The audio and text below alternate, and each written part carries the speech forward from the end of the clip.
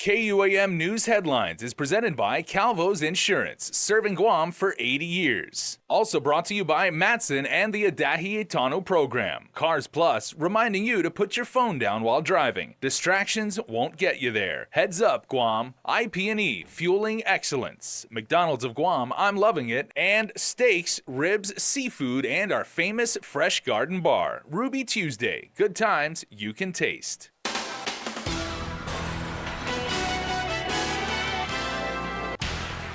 The former chief of staff to then Senator Michael Nicholas calls him out as a hypocrite. Plus tonight, thousands attended a march to support self-determination, and we'll bring you the very latest with building a new power plant on Guam. Hafaday and good evening. Tired of what he calls the hypocrisy, the former chief of staff to then Senator Michael Nicholas is coming forward alleging he's not all what he makes himself out to be on social media. Sabrina Salas Metanani reports.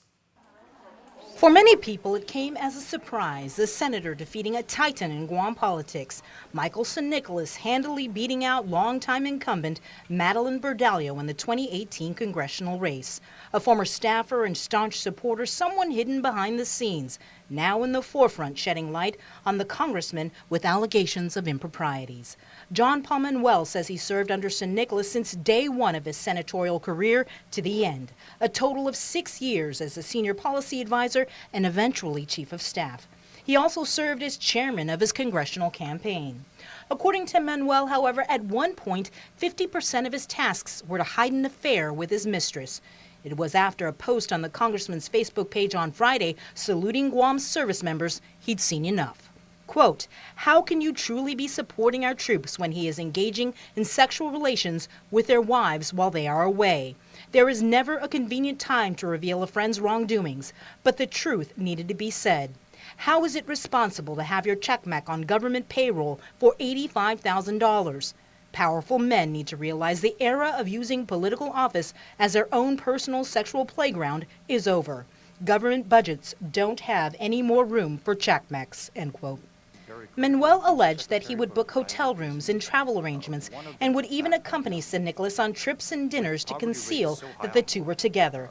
Receipts he provided to KUAM show a room booked at a hotel room in Tumon under his name in May 2018. Prior to that, 2 rooms in 2 different hotels in the Philippines in February and March 2018. Quote, "He used campaign funds to pay for hotel rooms with his mistress. They have been having an affair for the last 5 years. He stayed at the Nurture Wellness Resort in Tagaytay and Shangri-La in BGC with his mistress when he was supposed to be at special session called by Governor Eddie Calvo to raise taxes. The Shangri-La hotel room stay, he reimbursed himself for his campaign funds. He told the media he was going for medical reasons because he said media wouldn't question that. He was actually in the Philippines carrying on his affair instead of doing his job," end quote. The alleged mistress is now employed by the congressman. Manuel telling KUAM News he had intended to hire her since February of last year. Quote, "I argued with him constantly through the campaign about the unethical nature of that. I tendered my resignation in April, but he asked me to stay, and he agreed not to involve me in the affair anymore. He later continued to insist on my involvement," end quote. Manuel alleges that in December, the congressman told him he would hire him during his second term, but in the interim, he allegedly arranged his lapses so that he could be transferred to work with Senator James Moylan. Quote, "I did not accept the offer because I saw it as hush money. I never expected the offer as real. Instead, he just wanted my continued loyalty. I found another senator to work for on my own merit," end quote. Coming forward with these serious allegations, we asked Manuel if he plans to file an ethics complaint. Quote, "Filing an House ethics complaint about the congressman is still on the table. I just want to give him the opportunity to be honest. I hope he can arrange with the FEC to repay the monies he used to pay for affair expenses and take a good hard look at his personal decisions. I think if he did, he can make it through this, but the ball is in his court," end quote. Manuel says he has no political agenda with coming forward with the allegations. Quote, "I am campaigning for no one to replace him. I actually want him to be honest and work this out with proper officials. There is nothing to gain with whistleblowing. This is actually probably damaging to my career, but I feel less burdened in my soul for telling the truth," end quote. As for the congressman, he has refused repeatedly to do interviews or share press releases instead preferring Facebook over FaceTime with KUAM. We've also reached out for him once again for comment on this story, but we've not received a response. Reporting for Guam's News Network, I'm Sabrina Salas, Matanani. Senator Moylan, meanwhile, confirmed there was a discussion about picking up Manuel at his office, saying, quote, but it never materialized as JP decided to work with another senator, end quote. Manuel is currently employed as a policy analyst for Senator Amanda Shelton. The U.S. Department of Interior Assistant Secretary Doug Domenech will be visiting Guam, according to a press release from the federal agency. He's traveling to Hawaii for meetings on Compact of Free Association funding next week and will then travel to Guam the following week. During his time here, he is scheduled to meet with the Guam Chamber of Commerce, Joint Region Marianas' new commander, Rear Admiral John Manoni, as well as visit the Ritidian Wildlife Refuge. The Assistant Secretary will also be traveling to Palau, where he will co-chair the 42nd Annual U.S. Coral Reef Task Force meeting. Well, more than 2,000 people showed up this morning to show their support for self-determination. Here's more from this morning's march. Adelup was a starting point for Whanogi, the March for Chamorro's Self-Determination. Participants from the various indigenous rights groups and others showed up in a show of what they called solidarity for decolonization. Also present were some of Guam's elected leaders like Senators Clint Rigel and Regine Bisco-Lee, and Governor Lou Leon Guerrero, who says she believes there needs to be restorative justice for Guam. To give us the ability to vote on our self-determination and vote in which political status we are going to want for our island to be governed by. The governor says that it has been many decades since the effort on self-determination began, and Guam has had at least 2 plebiscites. In 1976, voters supported status quo with some changes, and in 1982, voters chose a Commonwealth status. Senator Lee addressed Guamanians who do not wish to see a change in our island's political status quo relationship with the U.S. We are a non-self-governing territory. Non-self-governing territory. And if you just take that in for a minute and really think about what that means is, you know, all of the laws that we decide here in the Guam legislature, they can be overturned, they can be overruled by the U.S. Congress. And that's just not, people are not free. They're not enjoying the full breadth of freedom that America and that the United States provides for all the rest of their citizens. We also asked participants in the march why self-determination is important to them. It's just what's right. It's about what's right. It's always been about what's right. Being a person that is from a bloodline of colonizers, it's important to recognize when hegemony is harmful. So with compassion, stepping up for self-determination is saying, hey, this place should be for the people to have a decision about what's going on with the future of the world. It's everybody's basic human right that they deserve. Because it means we're getting rid of over 500 years of colonization to the Chamorro people. So that the people of Guam can determine for themselves their future and not somebody else. What about you now? Well, Guam has been colonized for so long and they've never had a voice about who they want to be as a people. And I think it's important that they have that say and that their voices can be heard. In other news, the nearly $1 billion fiscal year 2020 budget was passed by senators Saturday night. They did so after waiving their standing rules, which requires they finish session by 10 p.m. Just before 10:30 p.m. on Saturday, the budget bill passed with 12 votes. There were 2 no votes and 1 excused absence. Following the vote, Senator Teresa Lahi, who voted yes, commented that while the budget is not perfect, it has some good things in it, including provisions to hire more police officers, funding to expand shelter for foster children, establishes a rainy day fund, and provides flexibility for the governor to address critical shortfalls. Senator Telo Taidagui, who voted no, said she could not in good conscience vote in favor of a bill which failed, quote, our people on several different fronts, end quote. Taidagui added there was not a fair process to properly scrutinize the bill, which, quote, does little to help our families who are struggling every day, end quote. Session was adjourned at 11 p.m. This is the budget that we set down. This is really our administration's budget. And the senators worked hard to make sure that the agencies that they oversee are getting the resources that they need. And I think for the most part that's been accomplished. And so it's a good budget to start off and work with. And the flexibility that I have, I'm going to assure the people of Guam that I will use my authority to protect and make sure that the monies that we do get is being used for the government, for the people of Guam. The budget is currently under review by Adelup. We first told you Friday about the pending announcement, and over the weekend it became official as the U.S. Department of Homeland Security announced that it is rescinding discretionary parole policies relating to Russian nationals seeking entry into Guam and or the CNMI effective October 3rd.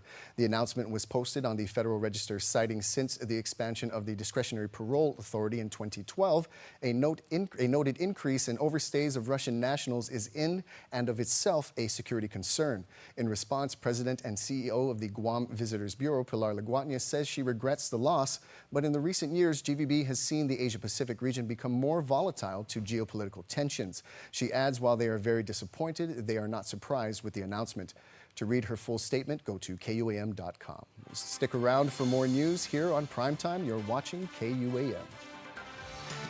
Get up-to-the-minute news, plus access to alerts, streaming radio, promotions, and more on your mobile device by downloading the KUAM News mobile app, available at the App Store now.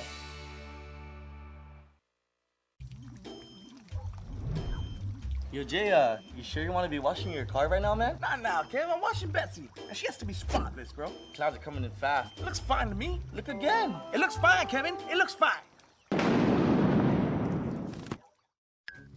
You know what makes more sense than Guam's weather? Using your Bank of Guam credit card at any Shell station to save 6% on gas purchases. Call, click, or visit for more details. Make more sense. Bank of Guam, the People's Bank. Member FDIC.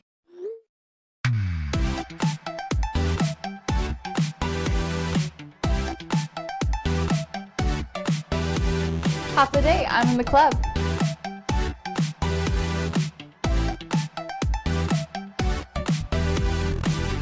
Half a day, welcome to Two Lovers Point.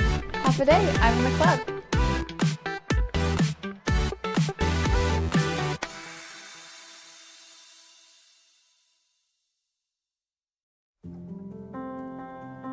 Matson is in this community. We've been in this community for decades. We're gonna be in this community for decades to come. Things will get busy, things will get quiet, but we're gonna be here. We're your hometown carrier.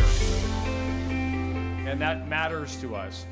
Reliability is the core of our business. We take pride in ensuring that we arrive in Guam on time as scheduled.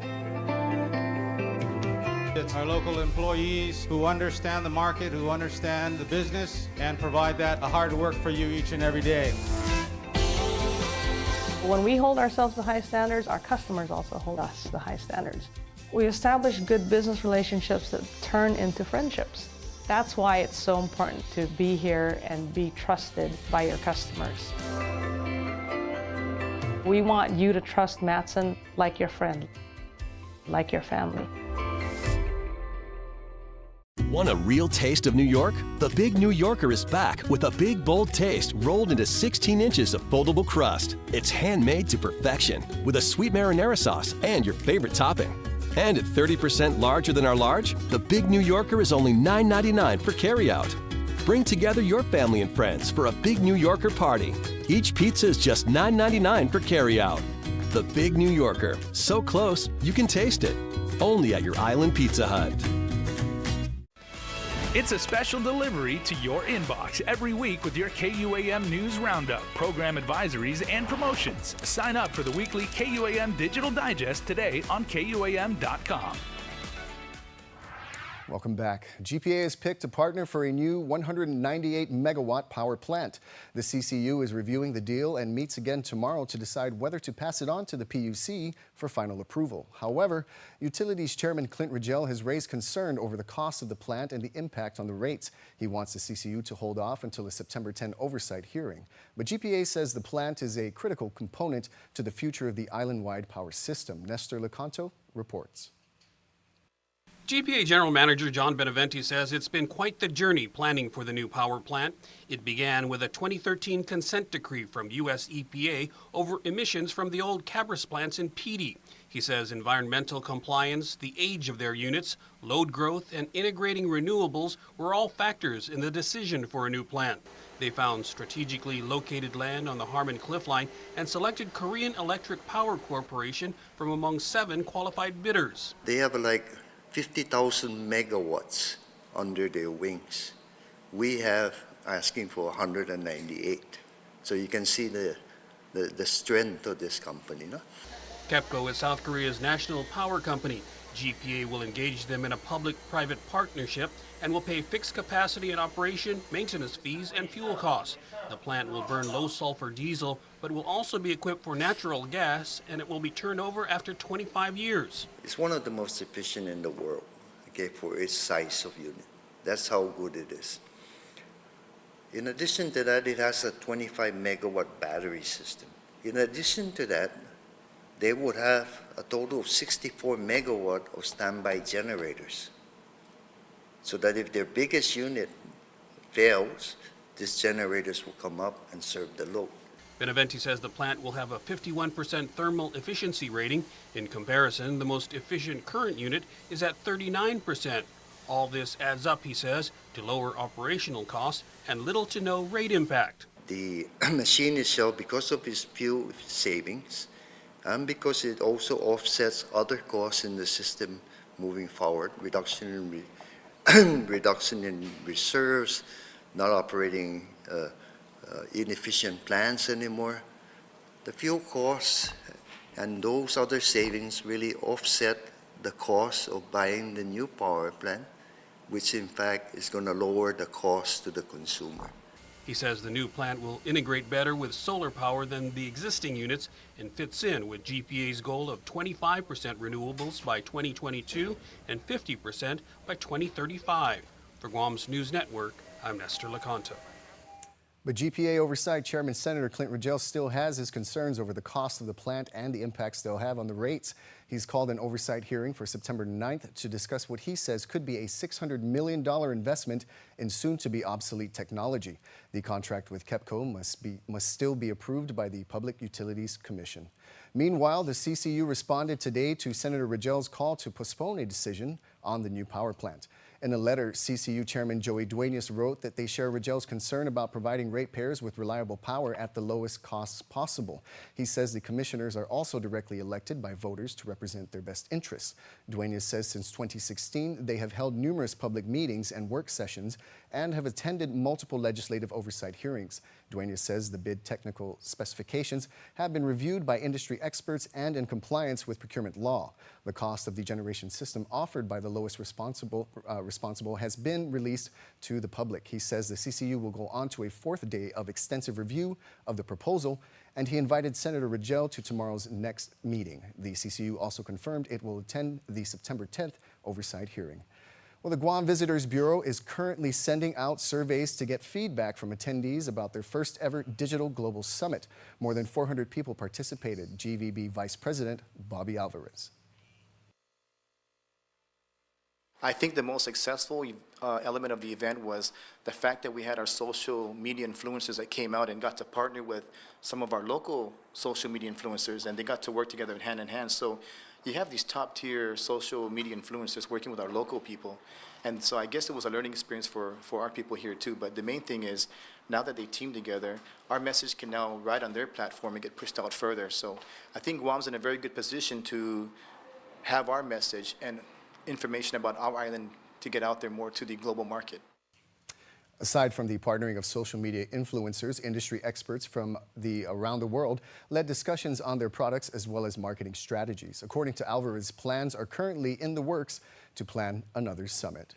Well, hundreds of employees of our island's public sector took part in the annual GovGuam Labor Day picnic on Sunday at the Governor Joseph Flores Memorial Beach Park on Tumon Bay. Along with friendly competitive games, the agencies went all out with their tables and canopy decorations. The picnic let the staffers and their families celebrate together for their service to the community. Well, it's good news for the Guam Housing and Urban Renewal Authority as the Department of Housing and Urban Development announces the award of over $1.1 million in federal grants to the agency. According to the Post on the Federal Register, the funding is for programs related to self-help ownership opportunities, continuum of care, choice neighborhoods implementation, and a veterans housing pilot program. More than 136 boxes and bags full of books and school supplies were delivered to students throughout Micronesia as part of the Broken Crayon Project. The program was hosted by the Guam Department of Education in partnership with the Azuda Foundation and the U.S. Coast Guard. Dozens of donations to include crayons, pencils, glue, notebooks, backpacks, and paper, to name a few, were collected and delivered to YAP by Coast Guard Sector Guam. The Broken Crayon Project was started by the Adzuta Foundation in 2012 to provide educational supplies to schools in remote islands of Micronesia. Well, sports is up next. Keep it here.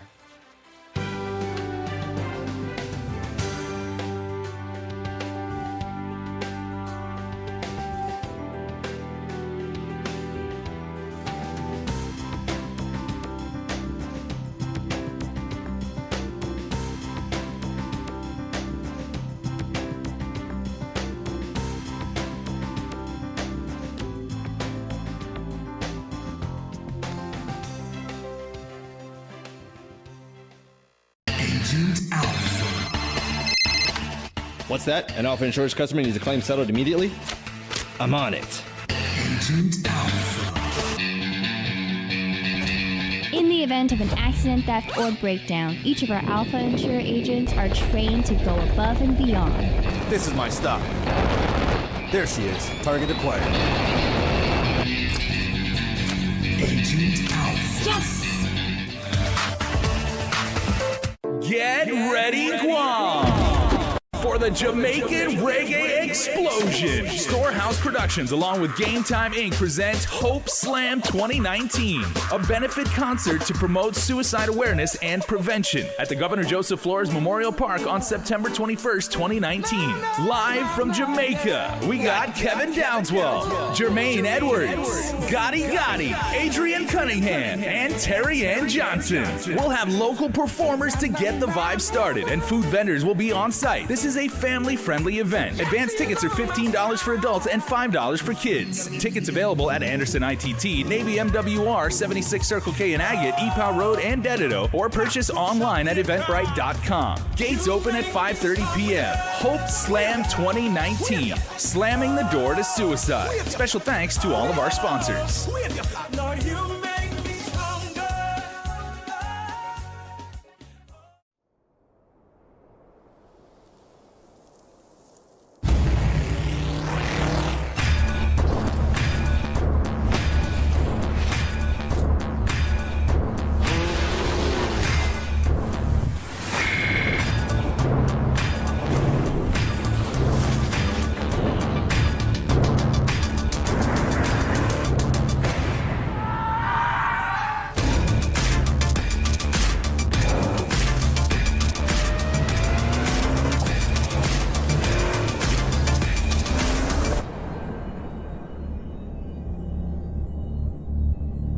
Are you not entertained?